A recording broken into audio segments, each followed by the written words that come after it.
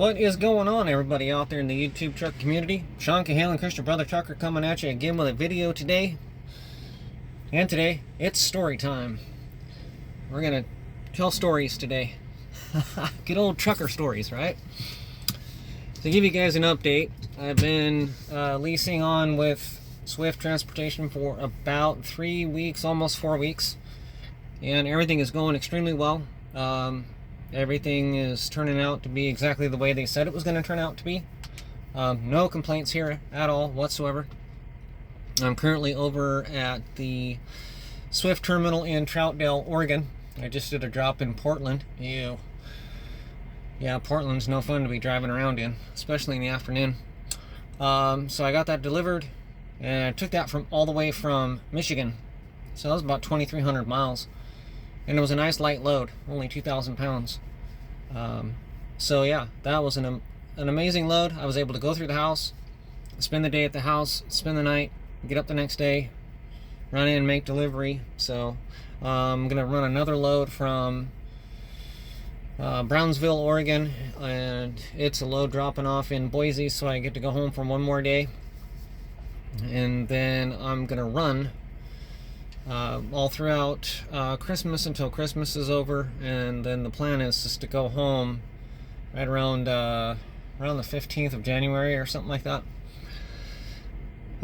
Doing it that way to put down a good foundation to be able to run and take advantage of the weeks that I don't have to make a truck payment. That was part of the deal when I signed up, was I get to skip a truck payment for Thanksgiving. No, I did not get to skip Thanksgiving because I didn't make it over here in time.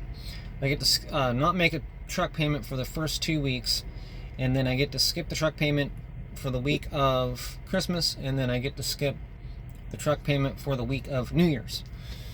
So I want to take advantage of that fully as much as I can, so I want to be out running over the holidays to be able to generate income while I'm not making a truck payment. So it only makes sense to run hard through the holidays, and then that way it puts down a really good foundation financially. So absolutely no complaints.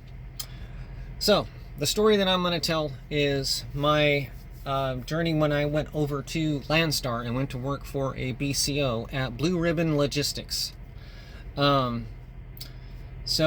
let me premise this by saying that the reason why I haven't spoken about this ordeal was because I signed a gag order, and that was basically an agreement to where I wouldn't talk about the experience at all on any social media for 2 years.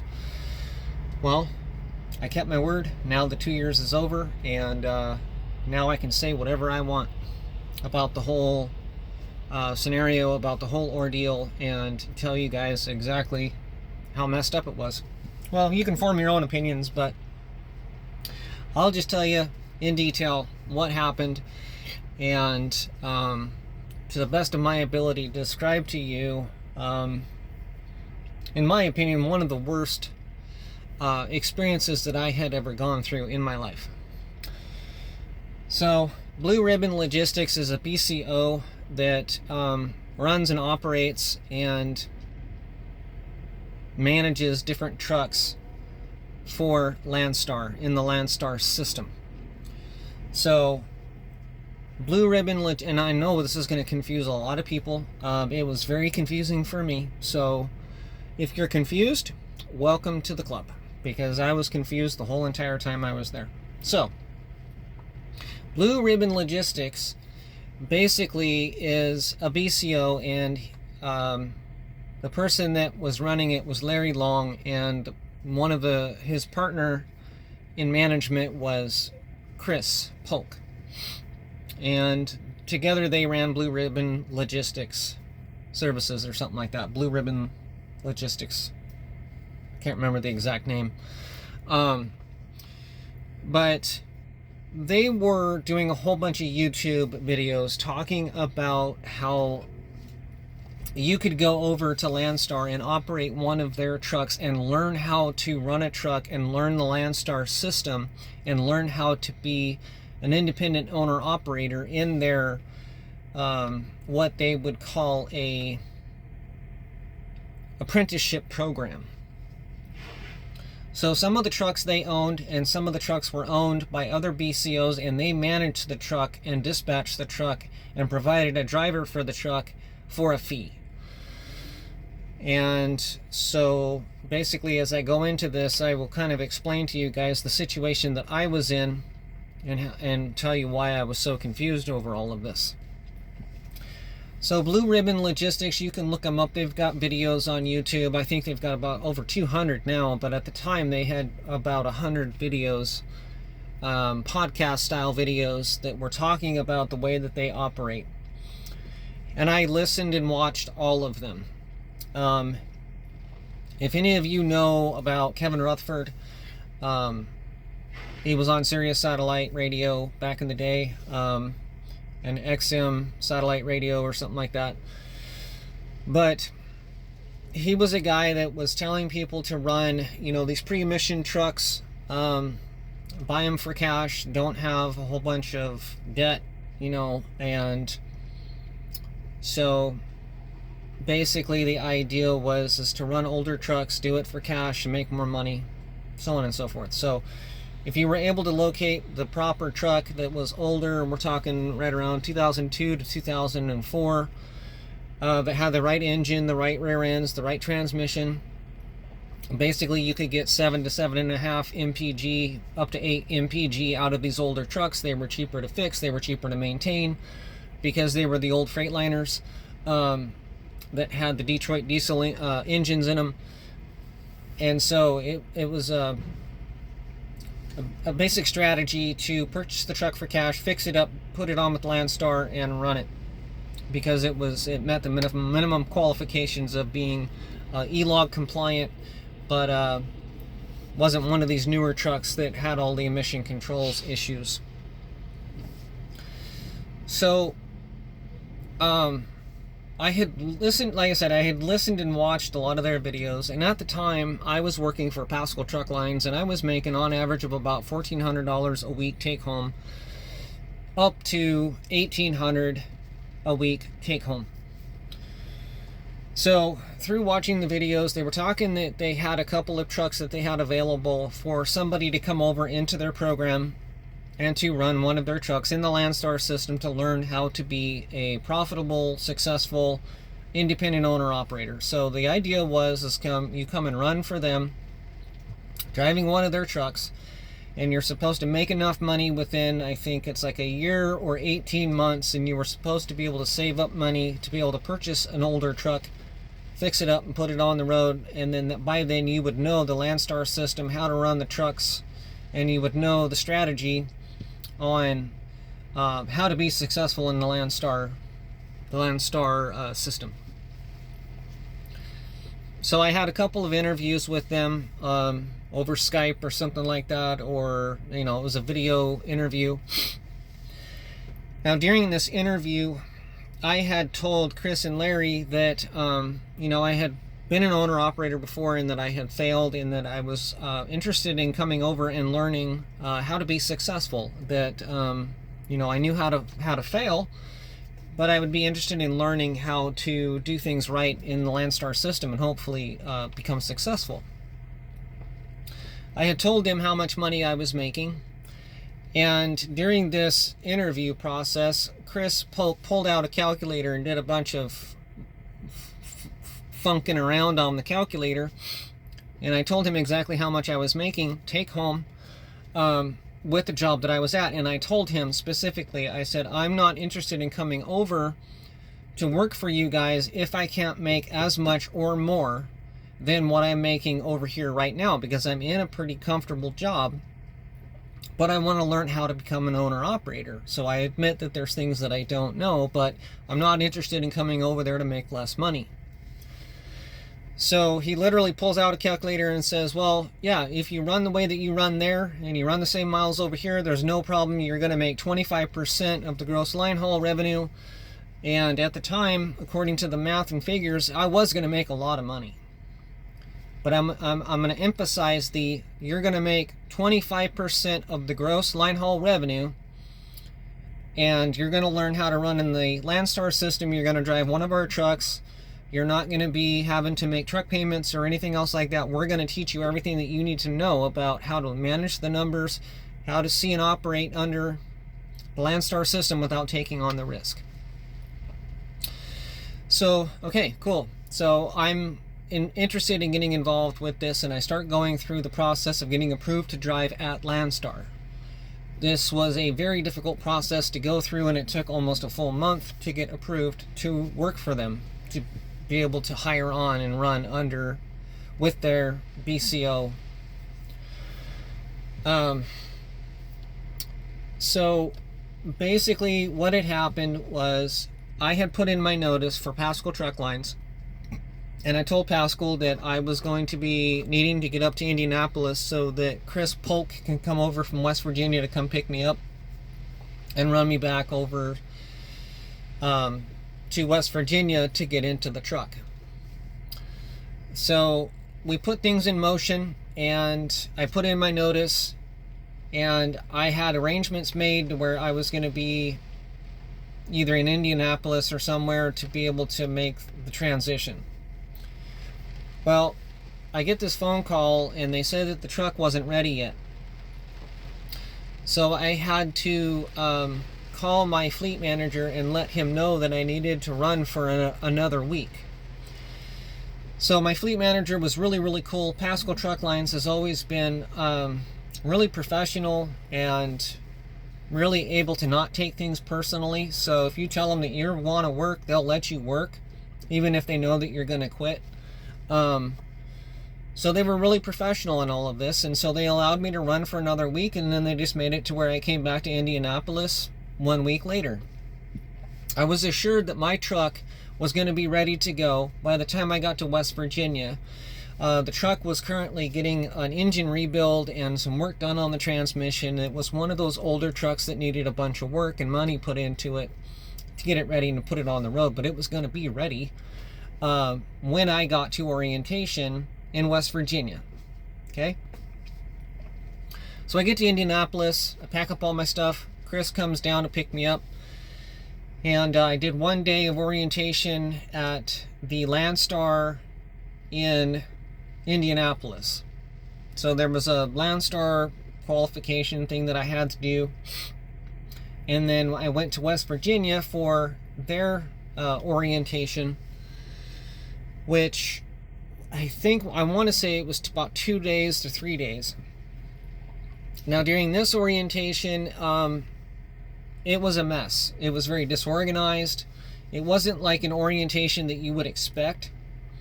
You know, when you hear the words orientation, you think that it's going to be very well organized and that it's going to be very systematic and that you're going to learn things in a very linear path and that things are going to be very clear. This was not how it was. So one of the things that I found out is that Chris and Larry like to drink a lot. Now, I don't have any personal judgments about this, but I am going to tell you that when you go to pick up a driver, and he's a potential driver, and the first thing you do is take him down to the bar and start drinking with him, it doesn't set a very good example. So, I was happy to oblige and drink with them and try to get to know them. This ended up causing a whole lot of problems with me and my wife, because my wife did not want me drinking at all. So it caused some friction at home. Be that as it may, I went to West Virginia, and during this orientation process, we learned what their expectations were, how to get good mileage in these older trucks, how to do proper maintenance, how to run your tires, how to make sure things are good to go, so on and so forth, because they expected you to get 7.5 mpg with these older trucks, and if you didn't get 7.5, they would adjust your driver's pay.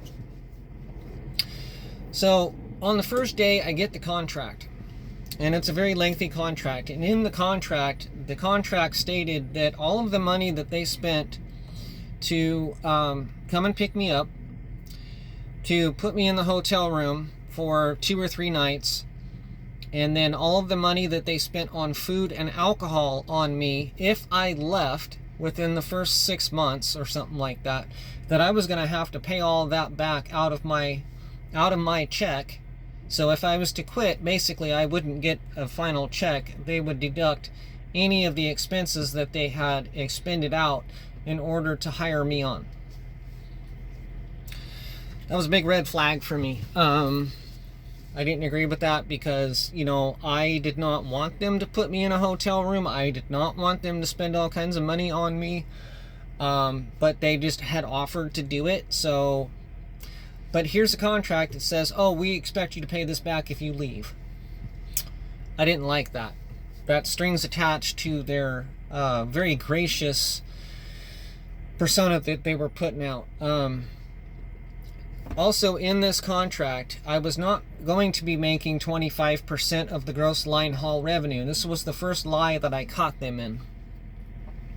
The contract actually stated that for the first 90 days, I was going to be running at 20% of the gross line haul revenue, and that the gross line haul revenue really wasn't the gross line haul revenue. I know you guys are going, what do you mean it's not the gross line haul revenue? In the Landstar system, when you get a load confirmation, on the load confirmation you get the load gross, and then what they do is they set off a portion of it for fuel. So any portion that gets set off for fuel is not subject to being called the gross line haul revenue. So actually what it is the gross line haul revenue minus the fuel. You get 20% of gross line haul revenue minus fuel.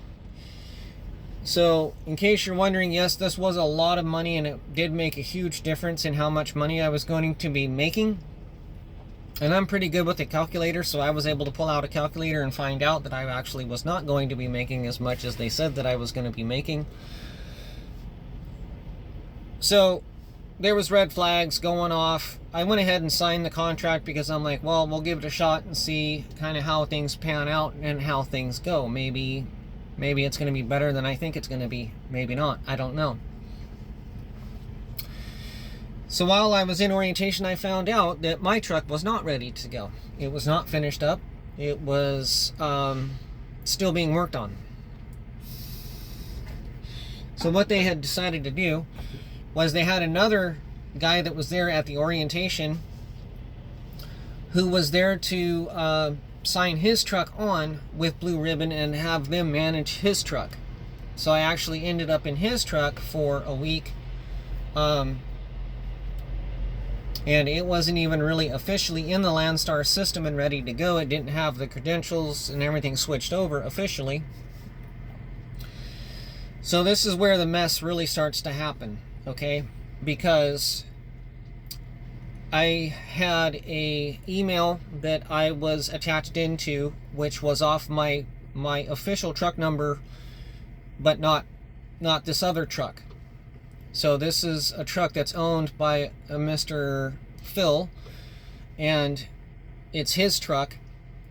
I didn't have a physical fuel card, and it was a different truck number. So the truck number that it was running under the Landstar system was not the new truck number that was going to be issued to that truck under Blue Ribbon Logistics. So there's two truck numbers on Phil's truck, and then I have a truck number that's attached to me in the email threads, and I'm put in on this truck number, and I'm operating somebody else's truck. This is where stuff goes really wonky, really fast. So I'm submitting the paperwork with the wrong truck number because I don't know which truck number I'm supposed to be using. I don't know if I'm supposed to be using Phil's old truck number or his new truck number. I don't know which fuel card I'm supposed to be using because there's no actual physical fuel card. I was having to use the TA app to prepay through the app at the pump and then enter the code into the pump to get fuel put on the truck. So I had to rescan a whole bunch of paperwork on a couple of loads, and I had a really hard time getting the TA app to work for fuel. I would literally be wasting 30 minutes here, an hour there, because I just could not get the app to approve the pump to get fuel pumped into the truck. So after about a week of running Phil's truck, now I'm going to point out some things about Phil's truck.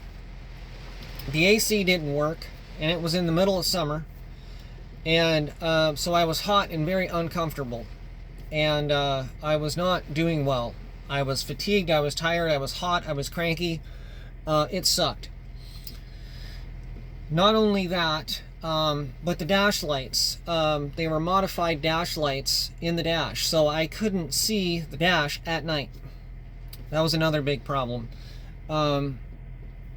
And I think there was a couple other issues with the truck, but I think it had a bad inner air charge cooler or EGR or something like that. But the truck was getting good fuel economy because I was able to drive it fairly well for to hit the fuel target numbers, so I didn't have any problems with that. So the following week, my truck's ready to go. So now I have to swap out of Phil's truck, move all my stuff over into this white truck that they were putting me in, that was going to be my permanent truck. This other truck was a mess, y'all.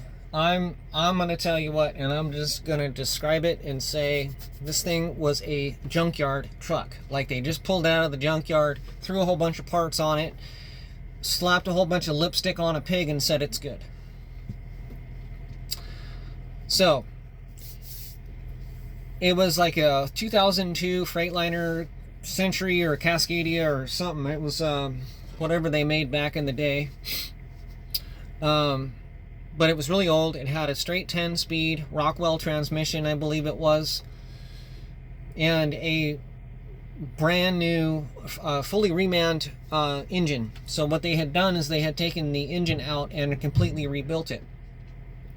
But what they didn't do is they didn't take the opportunity to go ahead and slap in a reman transmission.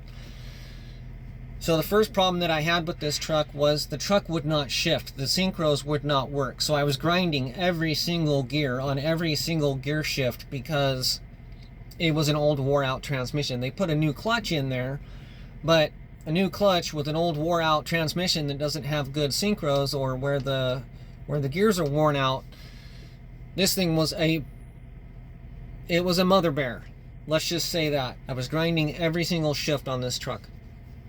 I couldn't time it right. It didn't matter if I was timing it right or not. Double clutching didn't help.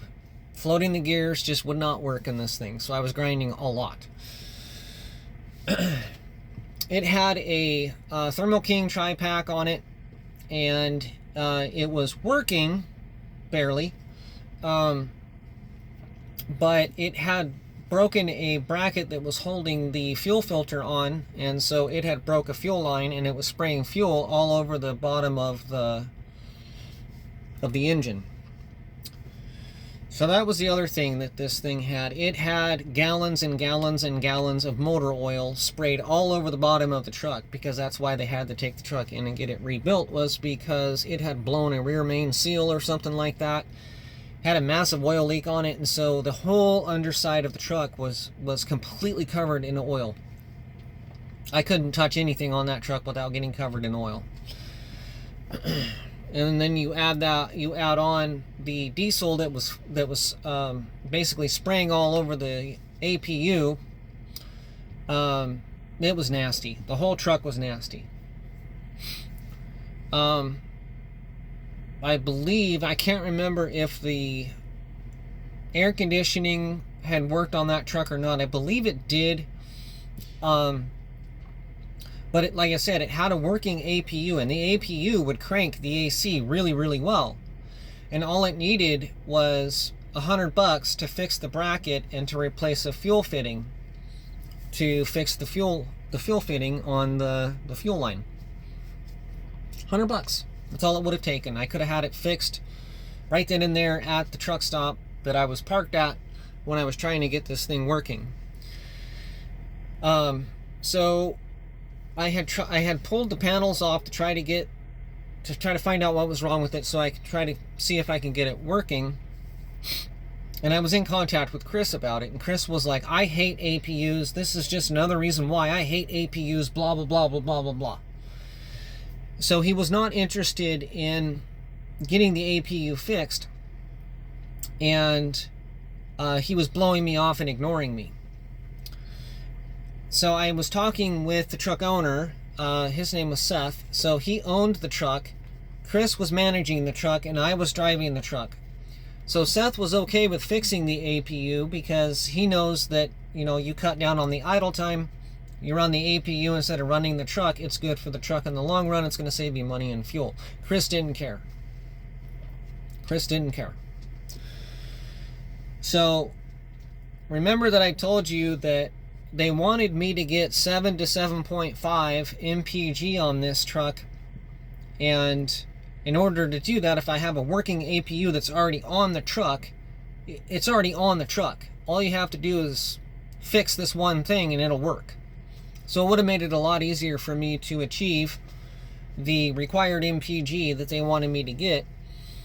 So some of the other things that were wrong with the truck was, I don't know if y'all remember the old dashboards in these old 2002 to 2004 Freightliners. The dashboards would crack. So there was a lot of plastic pieces on there that would start to crack, and then the brackets would start to break. And so the cup holders were broken. I couldn't even put a cup into the cup holder because the cup would fall out because the dash was all cracked and broken. So that was a big issue. I'm like, well, how am I going to drive a truck if I don't have a cup holder up here? You know, I drink coffee, I drink whatever. I need a cup holder, right? So that was broken. I want to say that there was something wrong with the windshield wiper multi-switch on the dash. Just a bunch of little stuff, but the major thing was the electrical wiring had been rat nested.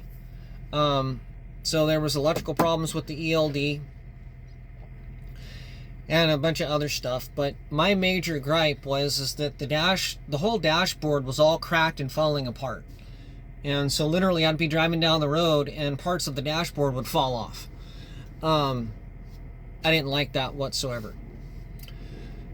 So it had a oil leak, a very, very bad oil leak. And I think it was an overflow tube or something was plugged or something like that. So I'm doing my mid-trip inspection, and it's dripping oil underneath the truck, and it had just been rebuilt. And so I had reached out to Chris to let him know that the truck was leaking oil really, really bad, and that we needed to get it looked at. And so I'm trying to remember. They had me turn around and go back to Hurricane, West Virginia. So, I don't remember if I was empty or loaded or what the case was. But while I was in Hurricane, West Virginia switching out trucks, I had a conversation with Chris. And during this conversation with Chris, I had a couple of problems that I pointed out, and I basically confronted him on a couple of different points. First of all, I had been in the industry for a very long time, and I had leased trucks before. I had been an owner-operator before. I knew how to work with brokers. I knew how to dispatch the truck. So there's a lot of information that I knew and a lot of practical stuff that I was bringing to the table, and I didn't have to be taught how to drive for fuel. That was something that was a skill that I already possessed. And so I didn't agree with them only paying me 20% for the first 90 days. I said that I didn't come over here to make less money, that I want to be at 25% like they said, especially if I'm not making 25% gross, but I'm rather making 25% minus the fuel offset. So I'm making less than what you said I was going to make. And then I said, on top of that, you have it set up to where you penalize us for not getting over 7.2 or something like that MPG. So you have a penalty in there where you will drop our pay even more. But you don't have an incentive because you don't pay us part of the fuel offset. You don't have a bonus. You know, we don't get a percentage of the gross with the fuel surcharge included. I said, so you have a penalty, but you don't have a benefit or incentive, a financial incentive for us to make more money by getting better fuel economy. So that's when he told me that that was company driver mindset. And I said, no, that's not a company driver mindset. I said, if you want us to be connected to driving for fuel, then we need to be paid a percentage of the fuel savings. Because as an owner-operator, if I was to be at Landstar as an owner-operator, I would be making profit and loss based off of the fuel surcharge. I would actually be looking at making a percentage of the gross line haul revenue and be making a profit based off of how good I'm doing on fuel economically. So he blew me off there. I had a second complaint. My second complaint was, hey, you told me that I was going to be making this much money. I said, plus the truck wasn't ready to go. You had me come over here before the truck was ready to go, and then you threw me in somebody else's truck, in which I lost time because I had to move into that truck and then swap out of that truck into this other truck, which the first truck, Phil's truck, the AC wasn't working right. Well, as soon as they pulled me out of it and they were going to put one of their more experienced drivers that had been with them for a lot longer, guess what they did? They put that thing right into the shop and got that air conditioning fixed. First thing. I was not impressed. So, he basically told me that I was entitled and that, you know, they did all of this for me. Oh, we did it for you. And I looked at him and I said, Chris, if you wanted to do something for me, you might want to ask me what it is that I want you to do for me. Ask me what my expectations are. My expectations are you don't lie to me. You don't bring me over here and then I find out that my truck's not ready to go. I don't find out that I'm going to have to run some other dude's truck, which isn't officially in the system. So there's a whole bunch of confusion involved with just operating that truck, because that's not my permanent truck that you're going to have me in.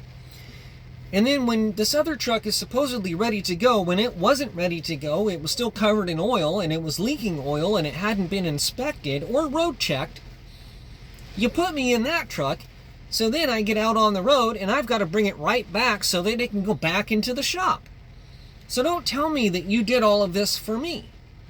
I said, that's insane that you would even say that to me. So anyway, I relented because I, was like, whatever, you're not understanding or going to admit any fault at all. That, I get over here and I find out all of this information that you misled me, lied to me, deceived me, and then I find out all this other stuff that you didn't say beforehand. It's like, if I would have known any of this stuff, I would not have come over here at all. Okay? So, I wrote a nice big long letter of resignation and told them that I was going to bring the truck back and that I was leaving. So, I had a email exchange with Larry, the owner of Blue Ribbon. And Larry told me that it was just a nightmare and a disaster that they had hired me, and that was just so bad and cost them so much money, and that it was costing them big losses financially, and it was a bad financial decision. So in this exchange back and forth, when I was texting him or emailing him, I said, you have to look at my financial situation. Not only did you lose money, I lost money too, because I had to switch jobs and come over here to find out that you weren't going to pay me how much you said you were going to pay me. Then I find out the rest of the story, which you lied to me and deceived me. And then I find out all this other stuff, and now I've got to switch jobs again. I said, so it's financially costing me probably a lot more than it's costing you. But I told him, I said, but if it's not on your profit and loss balance sheet, you don't care. You don't care what I lose. You only care about what Mr. Larry Long loses. So then he told me that I was the poster boy, the poster boy for entitlement. Now let me ask you a question, folks, my brothers and sisters out there in the trucking industry. Is it entitlement to want a truck that's mechanically sound? No. Is it entitled to want a truck that has a working air conditioner? No. Is it entitled to expect to be paid what I told I was going to get paid? No. Is it entitled to expect that things were going to go the way they said they were going to go? No. Is it entitled to expect somebody to look over a truck that has just been rebuilt, to at least go over it, road check it, maybe clean the gallons of oil out from underneath the truck, fire up the APU, make sure the APU's in operating condition, to go over the truck to make sure that when I get there and I get into the truck that it's ready to go and I can make money? Is that a sense of entitlement? No. Not at all. And all they wanted to do was put it all back on me and to make me the problem, when it was their own incompetence, their own deception, and their own clown show that I had to put up with for 2 weeks. And that was all I could take. I have never quit a job that fast in my life, ever. Maybe there was one other job, but I think that was a lumber mill job I think I had that job longer though. But I have never started and quit a job that fast in my entire life, if that tells you guys anything. But hey, I'm the poster boy for entitlement. And that was just company driver mentality. You absolutely don't understand what it's like to be an owner-operator. And if you were an owner-operator, you would just shut up, slave, and do what you're told. And that was the other thing that Chris and I had this conversation. And he said, you know, when you're a company driver, you're just told, shut up, slave, and do what you're told. And nobody ever tells you the why. Well, the funny thing is, when I was working for them, that was exactly the way they treated me. Don't ask questions, just do what you're told. Shut up, slave, do what you're told. Don't ask questions. We don't have time to deal with you. We don't have time to give you the light of day. I'm not even going to answer you when you have the APU. I had the APU pulled apart. I had the panels pulled off, and I had a way to fix the APU to get it back up and running.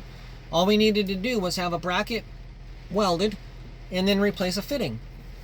Would have cost $100. I even had the okay and approval from the truck owner to go ahead and fix it. And Chris blew me off. So, that is a lack of human dignity and a lack of respect and the whole 9 yards.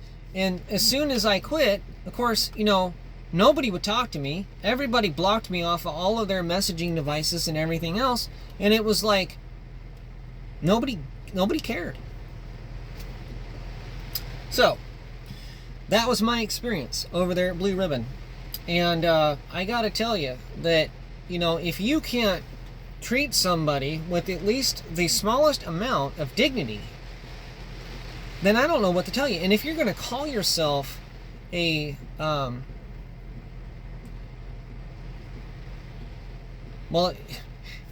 if you're gonna call yourself a mentor program, or a training program where you are going to teach people how to be successful owner-operators, you've got to have the ability to teach. you have to have the spirit of teaching or something. You know, that's like training. You have to be able to train people. You have to have patience. You have to be able to explain things. And you have to be able to tell people why, without getting mad and without blowing them off. Because if you get mad and blow them off or disrespect them, you're not teaching them anything. You're teaching them how much of a you-know-what you are. So, yeah, that was my experience at Landstar and Blue Ribbon Logistics.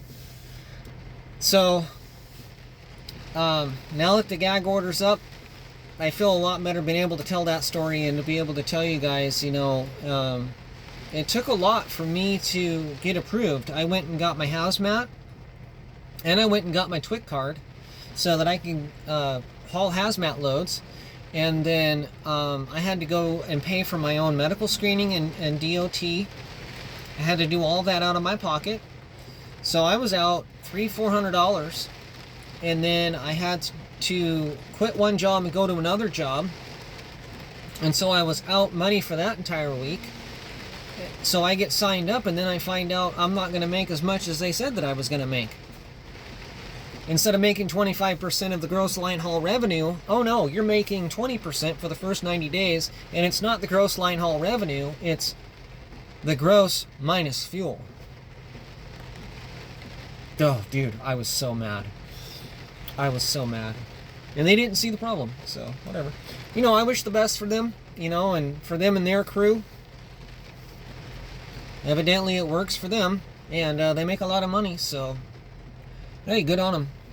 I just didn't like the disrespect or being lied to, so anyway, that's all I've got about that story. My next story that I'm going to tell is going to be about my last trainee that made it about 10 days, 10 to 14 days, and then I had to kick him off my truck. So stay tuned for that story. And if you like this video, and you like me, and you like this kind of garbage, hit the like button, smash the thumbs up, subscribe, and share the video, and hit the notification bell so that you get notifications when I come up with new videos. And if you want to come over here to Swift Transportation, if you're thinking about coming on and you need training for CDL or you need on-road training, then give Swift a call and see what they have to offer for you. My driver code is CAHSE2. So if you call a recruiter, just give them that driver code and let them know that Sean Cahalan sent you, and see if they have an opportunity that'll work for you. So again, thanks for watching, and God bless you all.